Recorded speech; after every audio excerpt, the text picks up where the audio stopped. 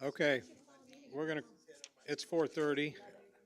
Call the Finance Committee meeting to order for Wednesday, March 6, 4:30. Roll call. Let it be noted that Member Erickson is absent and we have a quorum. On to action item 2 is consent agenda, both A and B, approval of minutes for February 7th, 2024 regular meeting, and recommended approval of the bills. There were no transfer. No transfer in the amount of $783,505.24. Is there a motion?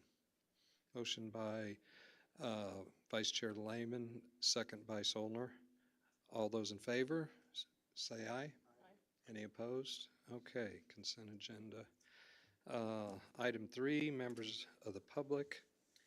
Are there been any? Chairman Friedrich, there have been no requests for tonight's meeting. Okay. Item 4, departmental matters.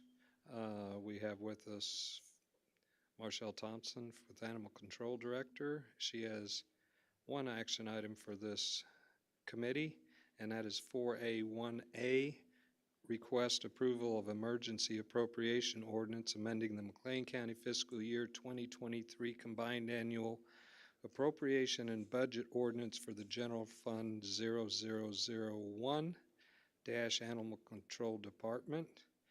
0032. Would this committee like to consider this? Is there a motion? Motion by Member Roseman Mendoza, second by Rogel. Okay, Ms. Thompson, the floor is yours. Thank you. Good evening. I hope everyone's enjoying this lovely weather. Does anyone have any questions for the reports that were in the packet? Lots of good stuff in there. Sorry, good.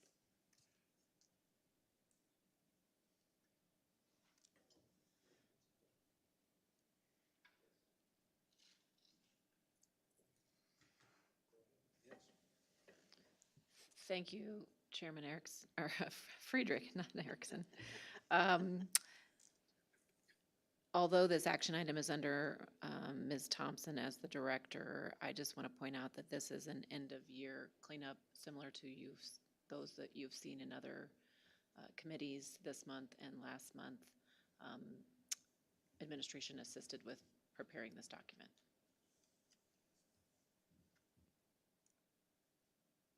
Floor is back to you, Ms. Thompson. Thank you.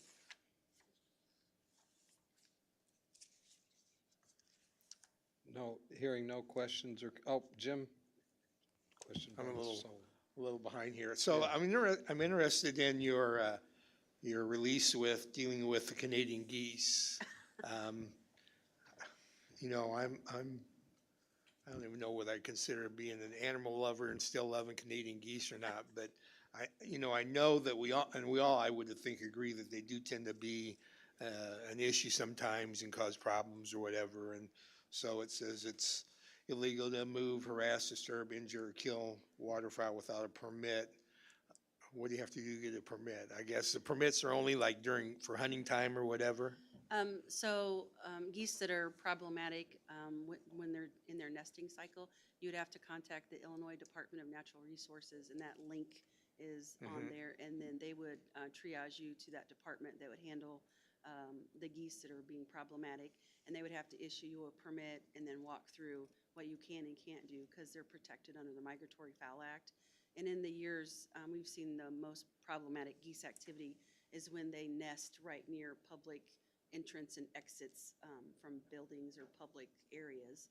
And so since we can't remove them because they're covered under the Migratory Fowl Act, we like to get that information out as soon as possible since we're seeing a earlier warming season.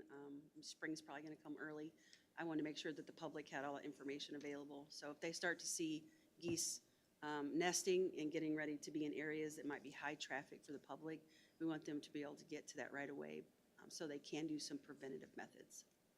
Okay, and again, I realize they are protected, and I don't think anybody wants to hurt them. But again, as you said, sometimes they're right in the way, and I think we've all had to stop and let them cross the road or whatever. But when it's an issue with a public building, let's say, for instance, we had them out front of the building here, we're like, knock on wood, we're lucky that I'm not aware of that being an issue, but, you know, especially if they nest and if they start attacking people or whatever, there must be some some remedy, and it sounds like there is. Oh, yeah, there's lots of preventative things that you can do, and Department of Natural Resources does a really good job on that website of outlining the preventative methods, and then if those don't work, then you can get a permit and work through their processes, so they're in compliance with that federal law. But geese Okay. they can be scary. Right, We okay, get quite a few calls, so want to get ahead of it since the weather's warming up. right, okay, thanks. Yep, thank you. Any other questions? Seeing none. Item 4A1A, request approval of an emergency appropriation ordinance amending the McLean County fiscal year 2023 combined annual appropriation and budget ordinance for the General Fund 0001, Animal Control Department 0032. All those in favor signify by saying aye. Opposed? Action item carries. Continue on. Anything else? No, everything's going really well, and the program's getting back to normal, and we've had a lot of good activity with transfers and adoptions, and we had mentioned in my report, meeting with the Humane Society of Central Illinois. They had new leadership over there, and they come to animal control, and we walked through the building and explained what we were doing, and they're really interested in pulling a lot of animals for adoption and transfer, and so we were talking about how we could streamline those processes, and also trying to strategize with the community on how we could put some overpopulation strategies in place to help reduce the animals coming to the facilities in the first place. So there was a lot of enthusiasm about that. We're also working with a couple new agencies that want to come regularly and pull cats from us and get them vetted and adopted through their processes. It's TLC Fosters, and we were working with them just today on moving some more cats, so it was nice to have those new connections in the community.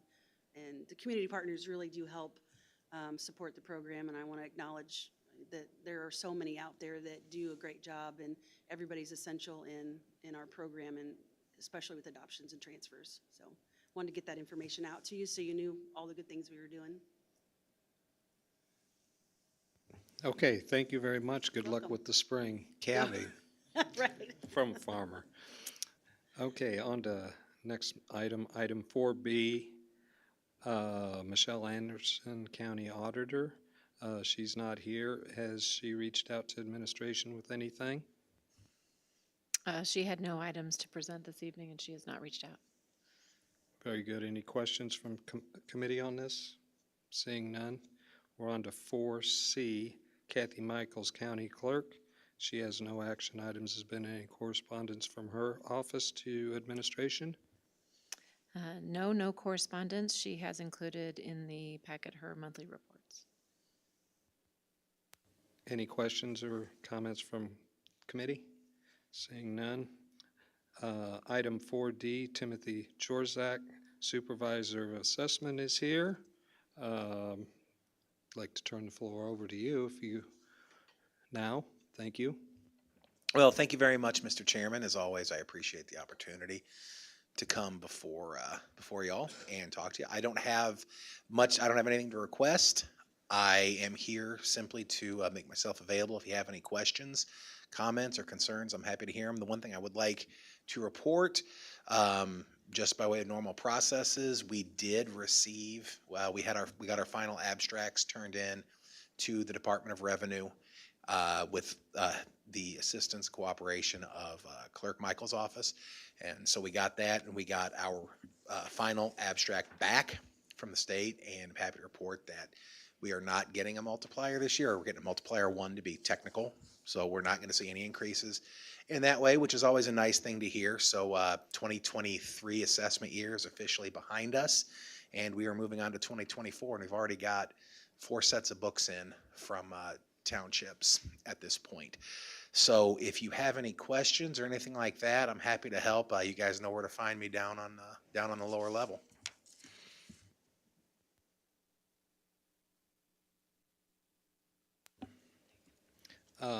Thank you, Mr. Jorzak. On to action item 4E, Becky McNeil, County Treasurer.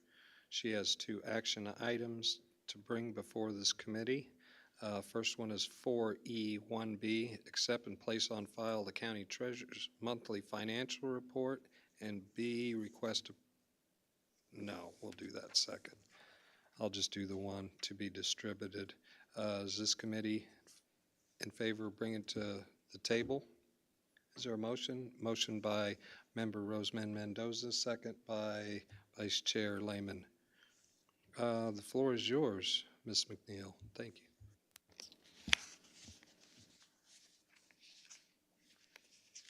Thank you very much.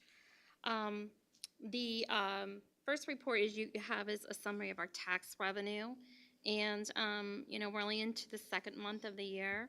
And so there's not a whole lot building just yet. But you can see that our combination of sales tax, local use cannabis, income tax, PPRT, for the month of February totaled $1,163,343, about $33,000 higher than February of '23. PPRT, the reason why there's nothing listed there is because PPRT is only distributed about 8 of the 12 months of the year. So this is one of the months that PPRT is not distributed. Again, monthly comparison, our February vouchers were about $33,000 higher than they were a year ago.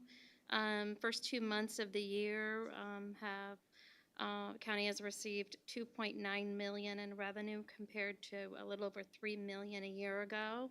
And that difference there goes back to the PPRT that was distributed in January. PPRT is going to be one of those revenue sources for 2024 that's going to be lower than 2023 most likely. That was communicated a year ago from Illinois Department of Revenue because of recalculation and refunds and so forth from the fund that those amounts are held in.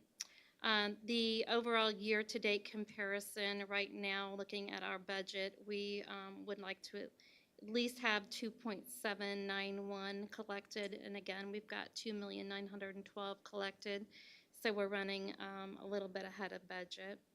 The shared sales tax, pretty much the same story, running ahead of 2023. Shared sales tax fund has $17,547,170 at the end of February. Property tax revenue, we have not started collecting. We'll start collecting during the month of May, and that first distribution will show at the end of May. Motor fuel tax, you can see the combination of the regular county motor fuel and the renewal fund. Our receipts for the first 2 months of the year, $679,000 on county motor fuel and $560,000 on township motor fuel. Any questions on this report? Yes, yes, ma'am.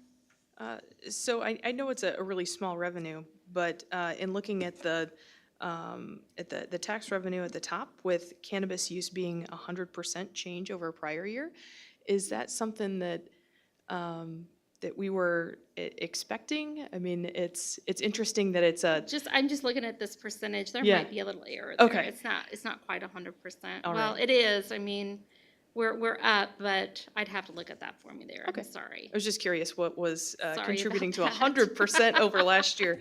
I'll have to look at my formula there because Okay. it's not 100%. All right, thank you. But the other numbers, the actual numbers themselves are correct. There might just be a formula issue there with that.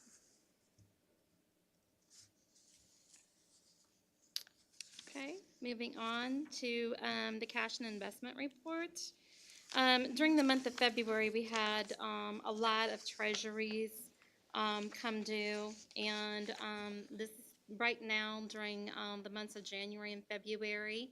Not that the county is in a difficult financial position whatsoever. That's not the case whatsoever. But during the month of January and February, that's usually when we see some of our lower receipts coming in. So during the months of January and February, we will routinely take those treasuries and we'll cash those out, and we'll use them to offset things like biweekly payroll or weekly AP, things like that. So during the month of February, I think we had about 4 treasuries mature. We didn't reinvest anything. We have 3 payrolls during the month of March, I believe. So it's going to be an active month as far as cash flow goes during the month of March.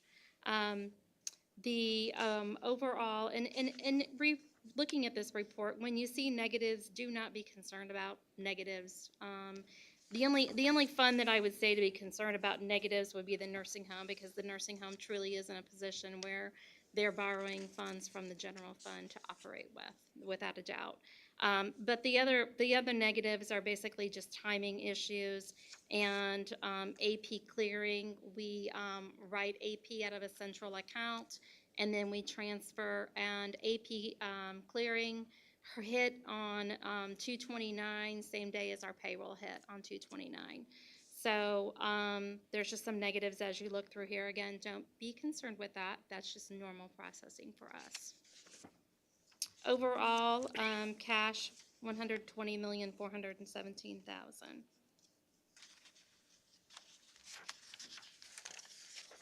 Question, Mr. Solner. Go This ahead. this might be more for the administrator, but I'm looking at on page 2 of 3, the ARPA funds.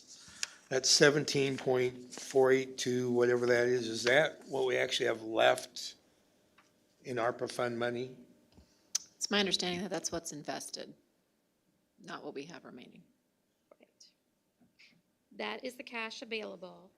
The county has obviously entered into arrangements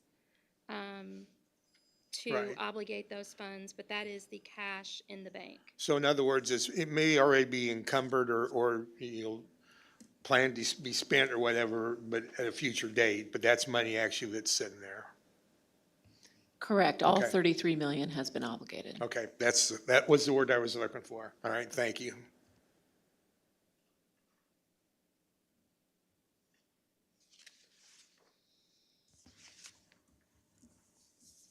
Okay.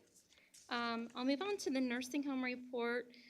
This is just another summary of where the nursing home ended at the end of 2023. And during the months of January, February, and March, those are very heavy months for our financial offices, where we fine-tune 2023 items that are still coming in the door. We accrue back, whether it be revenue or expenses. At this point in time, as far as my office is concerned, we have 99% of our entries in. I don't know about the county auditor, so these numbers could still change for the nursing home for 2023. But overall, you can see that in the third set of numbers down there, the accrued revenue, expenses, and transfers. The revenue and transfers in $11,865,000, and the accrued expenses and transfers out are currently at $11,981,000. The difference is negative $115,000. And like I said, this is all this is unaudited, and these are not final numbers. However, to be in this position at the end of the fiscal year right now is a very good thing. It's positive compared to previous years. Looking at the receivable balance, the beginning of the year we had $4,144,000. The end of December, $4,530,000. So the receivable balance did go up during 2023. Cash, we started the year with $303,455. We ended the year with $320,513, so cash is up by $17,000. And fund equity, we began the year at $1,351,000. We ended at $1,235,000. The difference there is basically where the expenses exceeded the revenue by the $115,918. So again, keep in mind these are not final numbers, but it's a snapshot for you to take a look at this point. Then moving on, we have our January numbers for the nursing home. Again, very first month of the year. It's kind of hard to do much comparison. But revenues for the month of January, $973,199. Expenses, $596,000. That's probably just a timing thing. I'm sure that revenues do not actually exceed expenses operationally by that much. But the revenue number is very positive for the nursing home, because if you look back into the prior year, our monthly revenue, I mean, there were times in which we were in the 800,000s. So it's nice to start off January being at 973,000. Receivable, $4,586,000. Not a lot of change there, up by 56,000. I'm going to just move down to fund equity. We ended 2023, again, unaudited, but the snapshot was $1,235,352, and because of the excess revenue over the expenses for the month of January at $1,612,000. So, and then the final report is our self-insurance plan. We have our employee health insurance plan with Blue Cross Blue Shield. Our February numbers are in total for the first 2 months of the year. Expenses, $1,146,645, a difference of $162,000. The only thing I would say there is during January and February and March is a big push. A lot of employees have wellness exams as an incentive of the program. Any questions? So my office right now, again, this is the month of March. This is our third month for working in 2 different fiscal years. At the end of this month, we'll start our audit with Clifton Larson Allen. And then during the month of April, we'll start moving into real estate billing, and it'll be tax time. So that's where we're at.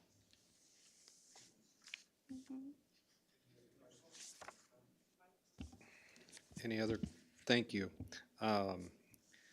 Any other further comments for the county treasurer? Seeing none. Action item 4E1, accept and place on file the county treasurer's monthly financial report. All those in favor signify by saying aye. Aye. Opposed? Very good, unanimous. On to the second action item, 4E1B, request approval of a resolution authorizing the county board chair to assign mobile home tax sales certificates of purchase. Is there a motion to bring it to the floor? Motion by Rogal, second by Roseman Mendoza. Okay, Ms. McNeil, the floor is yours. Thank you. This is another positive feature of the delinquent tax liquidation program. This mobile home, the property owner failed to pay the property taxes through the tax sale process. The trustee acquired certificate of a title, and this individual has presented an offer to purchase the home, which gets it back into the tax rolls, as well as makes it habited or occupied out in the park, which is a good thing for the park. So, Any questions? Seeing none. Item 4E1B, request approval of a resolution authorizing the county board chair to assign mobile home tax sale certificate of purchase. All those in favor signify by saying aye. Aye. Opposed? Motion carries. Floor's again yours, Ms. McNeil, for any other. no, I have no other information.